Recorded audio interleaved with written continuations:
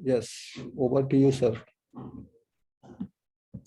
ठीक है, तो मैं एग्जांपल दे रहा था कि मैं हूं और कौन स्टूडेंट है, प्राची है।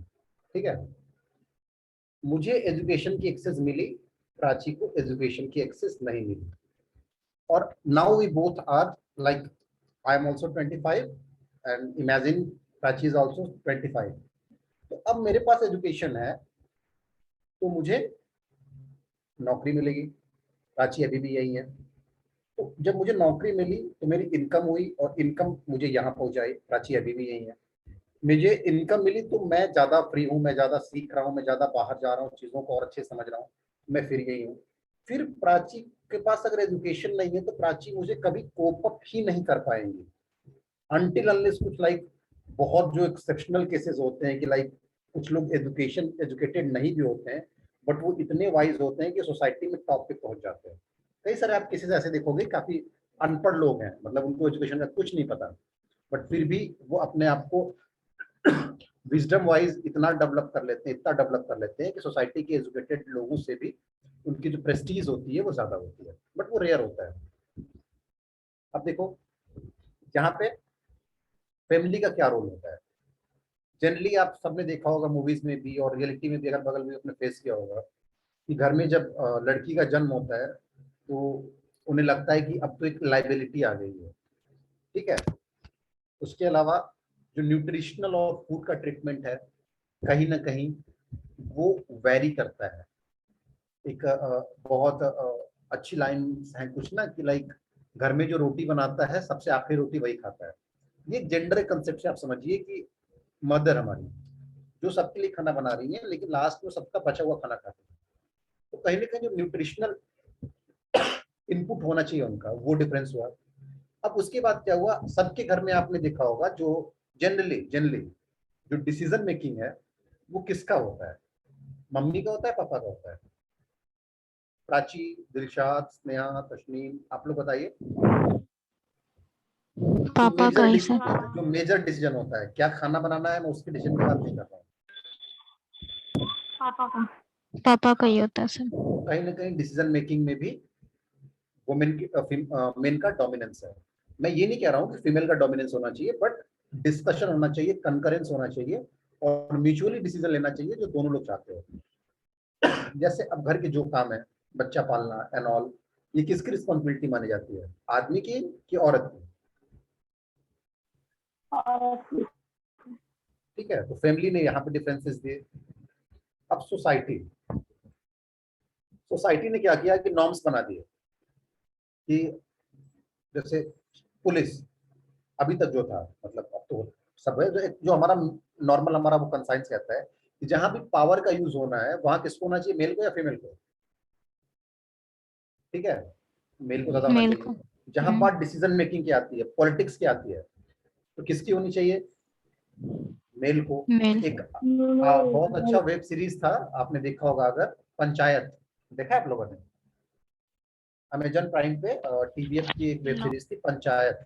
पंचायत में क्या था कि एक फीमेल ग्राम प्रधान थी, लेकिन उनका जो पूरा काम है वो उनके जो पति देव थे वो करते थे। वुमेन को कुछ मतलब ही नहीं था, यहाँ तक नहीं मतलब था कि उसको जो झंडा फहराना होता है, राष्ट्रगान करना होता है, उसको वो भी नहीं आता होता है।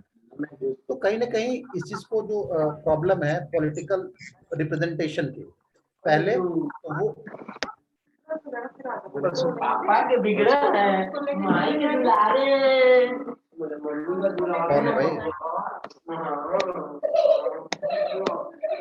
बाबूजी म्यूट कर दीजिए इसको।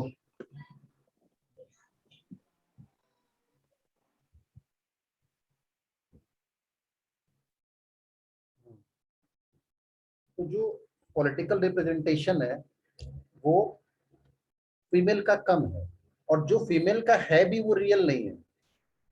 जैसे आप सबने देखा होगा कि जब राबड़ी देवी बिहार की चीफ मिनिस्टर थी तो सोचने का वो किया कि जो रियल पावर था वो किसके पास था, रियल पावर डिसीजन मेकिंग का, बताइए आप लोग।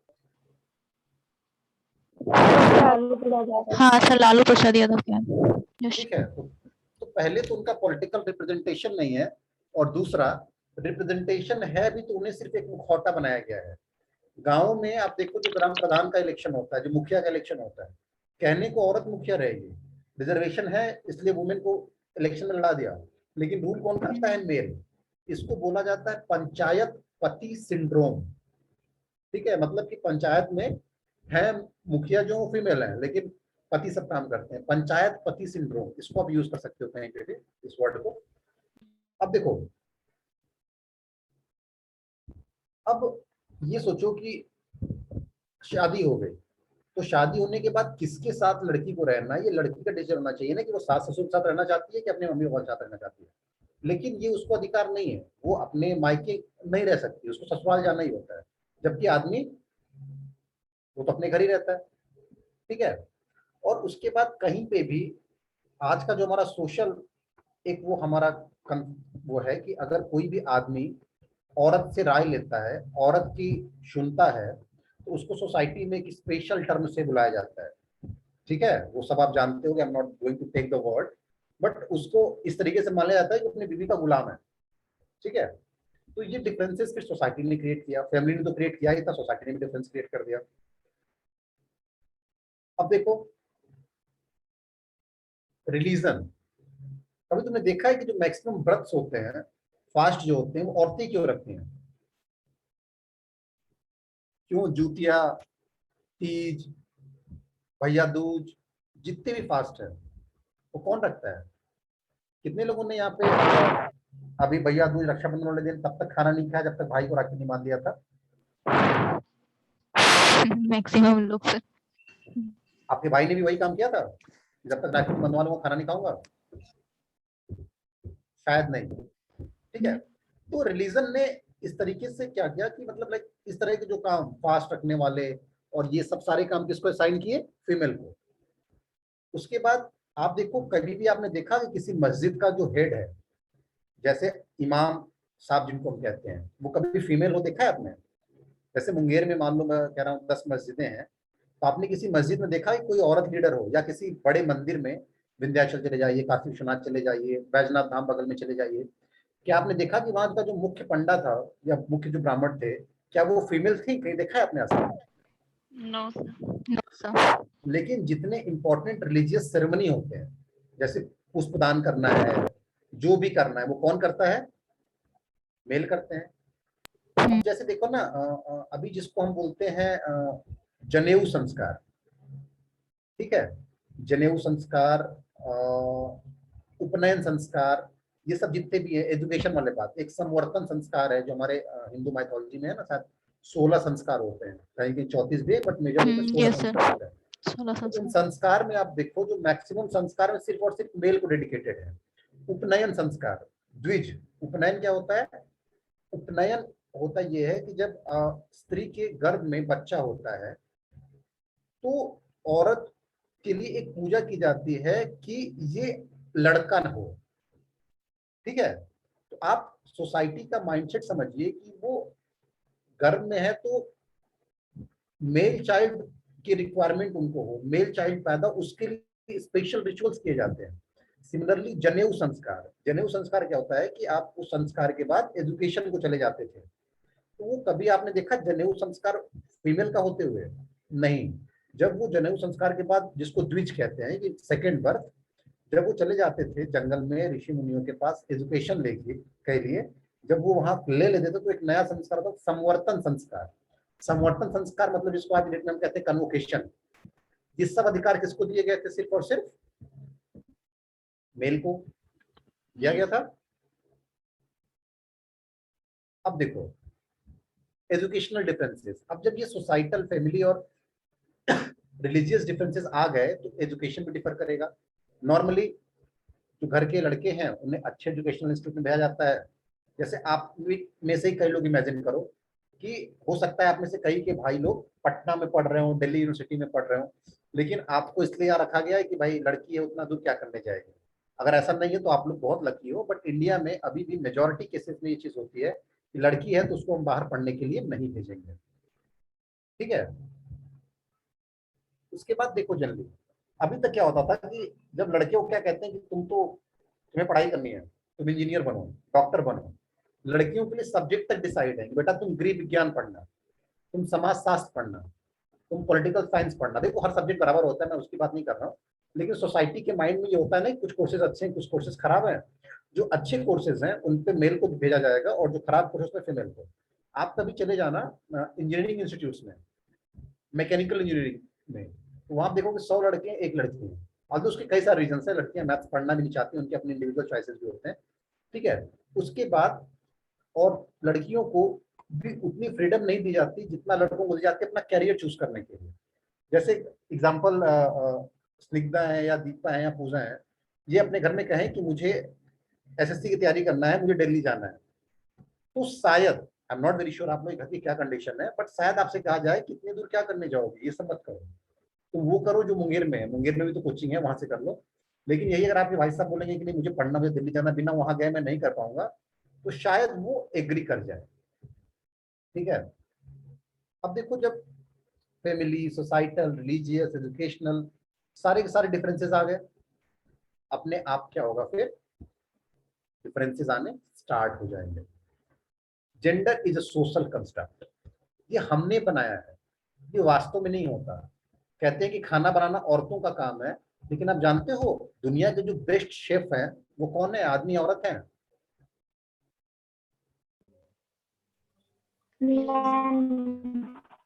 आप अभी सर्च करो सब लोग, मतलब सर्च करना कि दुनिया के जो बेस्ट शेफ हैं खाना बनाने वाले, वो कौन है, आदमी है औरत है?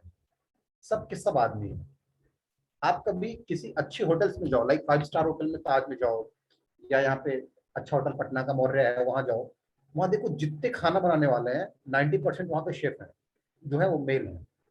फिर आपके घर में पापा क्यों नहीं खाना बनाते हैं? यानी सोसाइटी में डिफरेंसेस नहीं है, ये हमने डिफरेंसेस क्रिएट किए हैं। अब यहाँ देखो वुमेन कार चला रही है, जैसे सऊदी सऊदी अरब में क्या था कि women will not drive car. ये कौन सी बात होती है भाई, they are equal, they can do anything. तो जेंडर क्या है, सोशल कंस्ट्रक्ट है, नेचर ने ये चीज नहीं बनाई, ये सब हमने क्रिएट किया है, ये सब हर्डल्स कि तुम ये नहीं कर सकते, तुम वो नहीं कर सकते, ठीक है।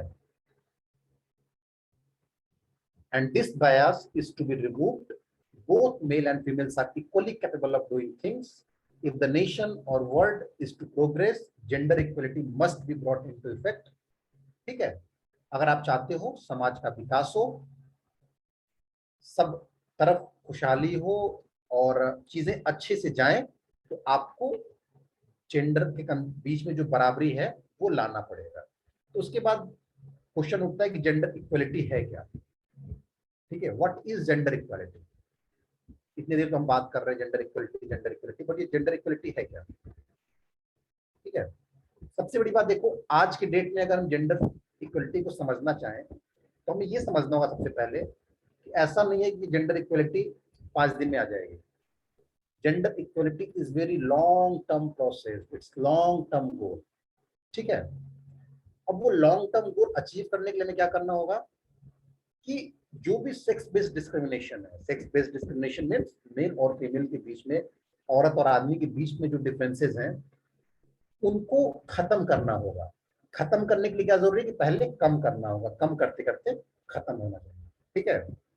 और उसके लिए जरूरी है कि जो पावर और इन्फ्लुएंस के जो डिस्ट्रीब्यूशन है वो बराबर होना चाहिए। यानी कि जो पावर आदमी के पास में है वो पावर औरत के पास में भी होना चाहिए। घर में अगर डिसीजन मेकिंग होना है तो आदमी भी डिसीजन मेकिंग करे जो आदमी के लिए जरूरी है, औरत भी डिसीजन मेकिंग करे जो औरत के लिए जरूरी है। आप समझ रहे हो, ठीक है। Yes.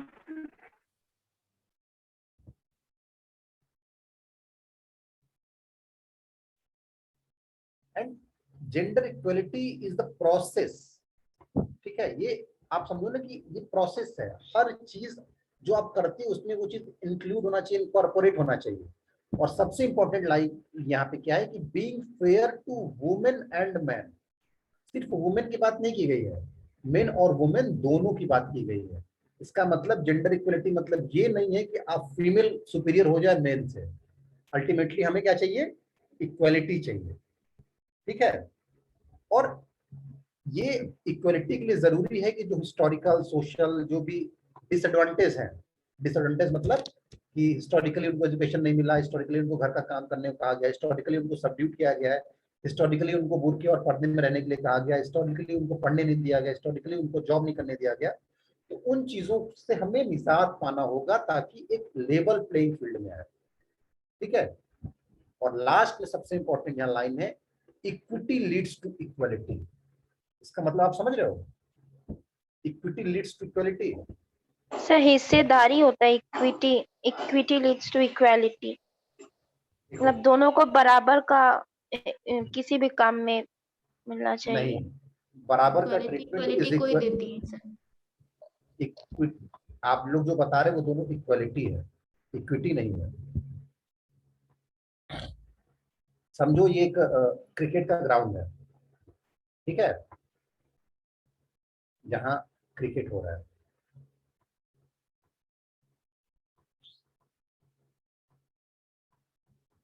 प्लेयर्स यहाँ पे हैं, यहाँ एक बड़ी सी वॉल है,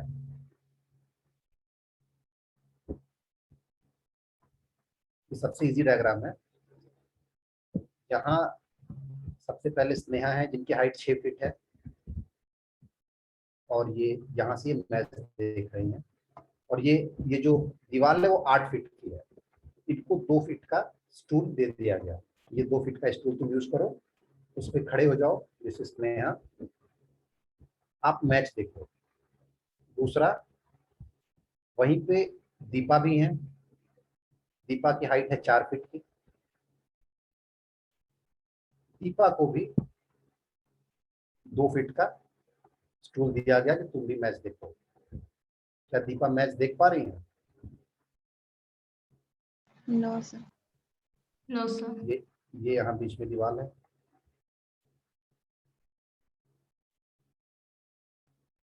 हमने तो इक्वलिटी ही तो दी इनको। लेकिन क्या अगर हम दीपा को यहाँ पे 4 फीट का ये कुर्सी दे देते तो दीपा की हालत तक ये होगी?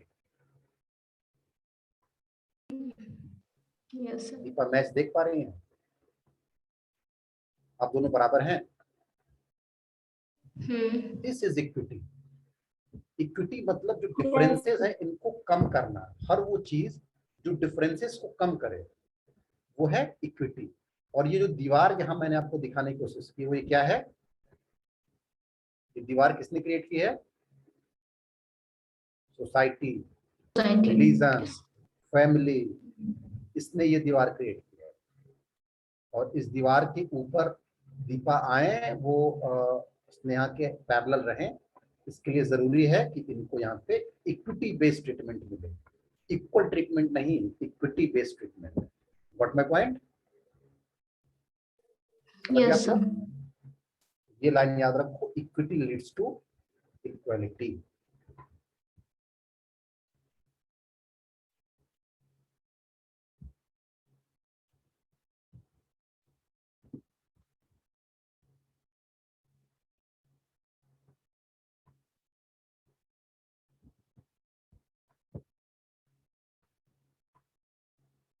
ठीक है, ये मतलब कुछ फॉन्ट इसका सही नहीं हो पाया, ठीक है। तो इसका कहने का मतलब ये था कि जो जेंडर बेस्ड इक्वलिटी होती है उसमें क्या होता है कि सोसाइटी एज अ होल की रिस्पॉन्सिबिलिटी होती है। मेल की भी रिस्पॉन्सिबिलिटी होती है, फीमेल की भी रिस्पॉन्सिबिलिटी होती है। आप लोग घर में देखते होंगे कि अगर घर में आपके भाई की शादी हुई, बहू आती है, तो उनके लिए ससुर जी तो बड़े अच्छे से ट्रीट करते हैं, बट सासू माँ का पूरा बिहेवियर ही अलग होता है, ठीक है। तो ये जो डिफरेंसेस हैं, ये सिर्फ को कम करने की रिस्पॉन्सिबिलिटी सिर्फ मेल की नहीं है, फीमेल की भी रिस्पॉन्सिबिलिटी है। वो वहां से दहेज लेके नहीं आई, इसके ताने वहां पे ज्यादा औरत वो करती है। उनको पोता हो, उनको नतिनी ना हो, मतलब उनकी जो बहू है उनको लड़का हो, इसकी भी ज्यादा औरत को होती है इन कंपेरिजन टू मेल। तो कहने का मतलब कि जो जेंडर इक्वलिटी, जेंडर इक्विटी और ये स्पेशल इक्वल ट्रीटमेंट की बात है, ये सिर्फ और सिर्फ मेन की रिस्पॉन्सिबिलिटी नहीं है, इसके लिए सोसाइटी के फीमेल को भी आना पड़ेगा आगे। यहाँ एक जनरल कॉन्स्टिट्यूशनल प्रोविजन आपके सिलेबस में देखो दिया हुआ है। यहाँ पे एक टर्म यहाँ पे देखो यूज हुआ है, ये देखो कॉन्स्टिट्यूशनल एंड लीगल पर्सपेक्टिव। ठीक है, मैंने आपको बताया है कॉन्स्टिट्यूशन में भी आपको कि आर्टिकल 14 और यहाँ पे देखो आर्टिकल 15 की बात की जा रही है। ठीक है, ये दिख रहा है आप लोगों को? Yes, sir. तो आर्टिकल 15 पहले तो ये कह रहा है कि can not discriminate people on the basis of religion, caste, gender and sex. But इसी में जो अगले प्रोविजन है 15(3) वो ये कहते हैं कि आप फीमेल को स्पेशली ट्रीट कर सकते हो।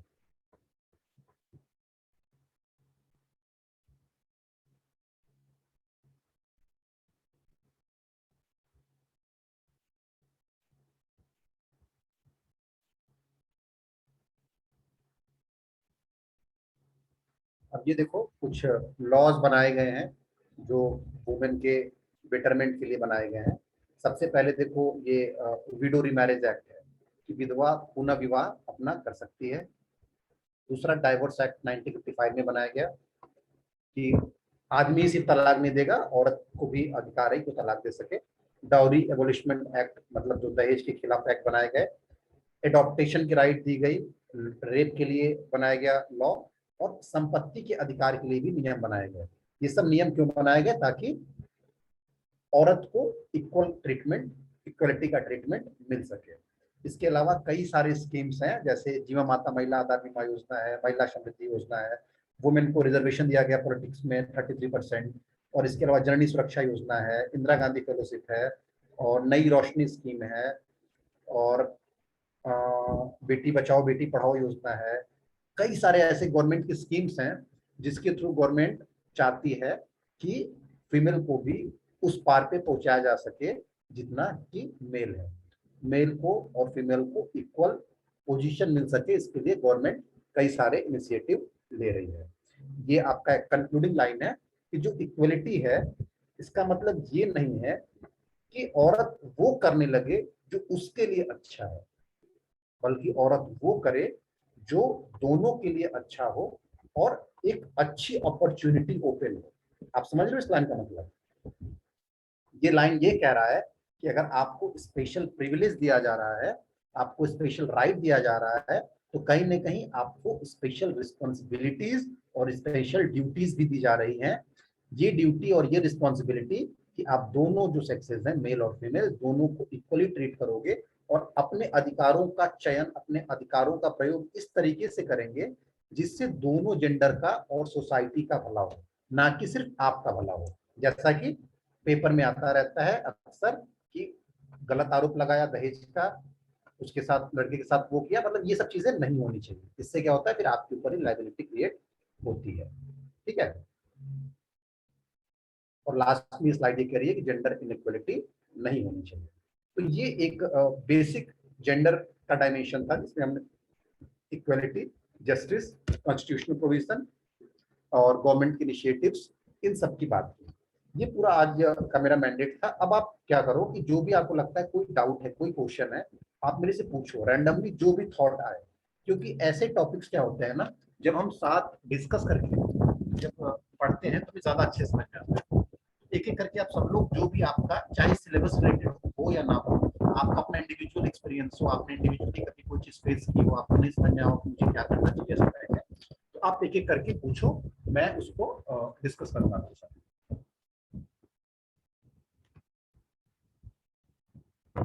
आपको कभी क्लास में ऐसा लगा होगा कि जेंडर का जो सुटेबल ट्रीटमेंट मिला नहीं मिला, हमें उस टाइम क्या करना चाहिए था, आपने अपने लाइफ में कभी कोई प्रॉब्लम फेस की हो वो शेयर करो, ताकि हम उसको फिर केस स्टडी के पर्सपेक्टिव से डिजाइन कर सकें।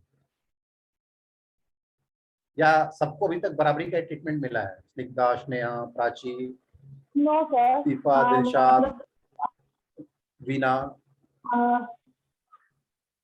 सर हम कहना चाहते हैं जैसे पेरेंट्स को पूछते हैं कि लड़का है तो उसको पढ़ाते हैं, इंजीनियरिंग कराते हैं, मेडिकल कराते हैं, लेकिन गर्ल्स के लिए पेरेंट्स बोलते हैं कि नहीं, इसको ग्रेजुएशन वगैरह करा दो और शादी करा दो। तो ये सब ये मेरे साथ हुआ है कि थोड़ा सा ये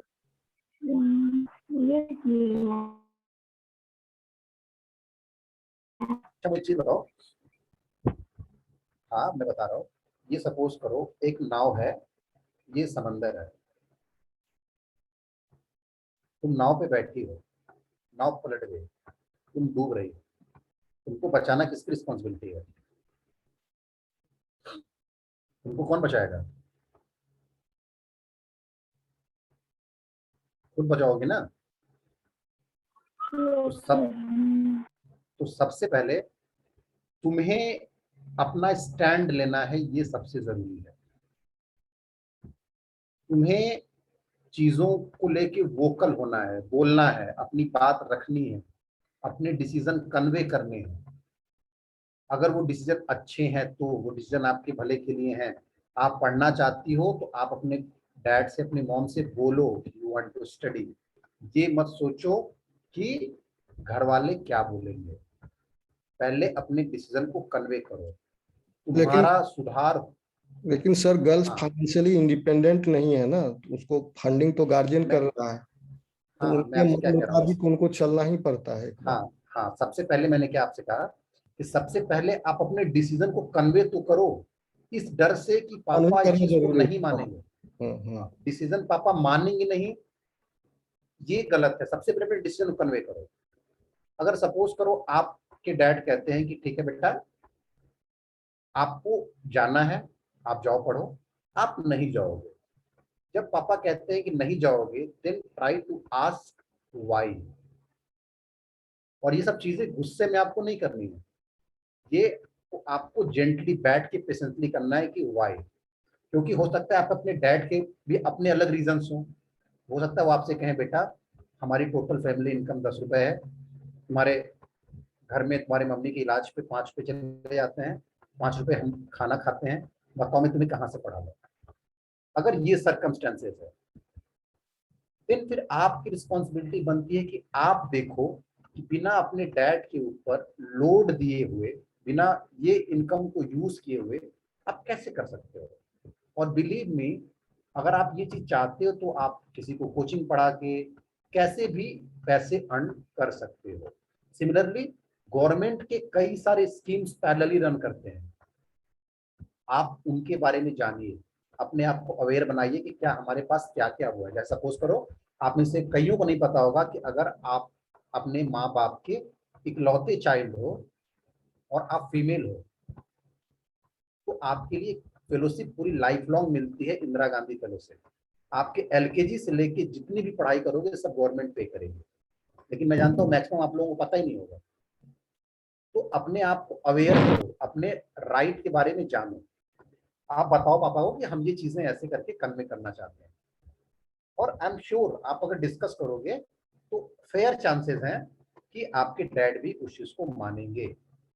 और नहीं मानते उसके बाद भी तो मेरा ये मानना है, आई एम नॉट इन्फोर्सिंग और नॉट एंडोर्सिंग यू, यहाँ पे फिर आपको चूज करना होगा कि what is better for you.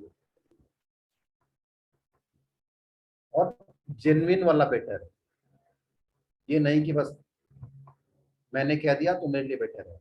Sincerely सोचो कि क्या बेटर है, पापा की बात मानना ही बेटर है या तुम्हारे पास और ऑप्शन है, कुछ करके खुद को एक्सेल कर सकती हो, ऐसा ऑप्शन तुम्हारे पास है।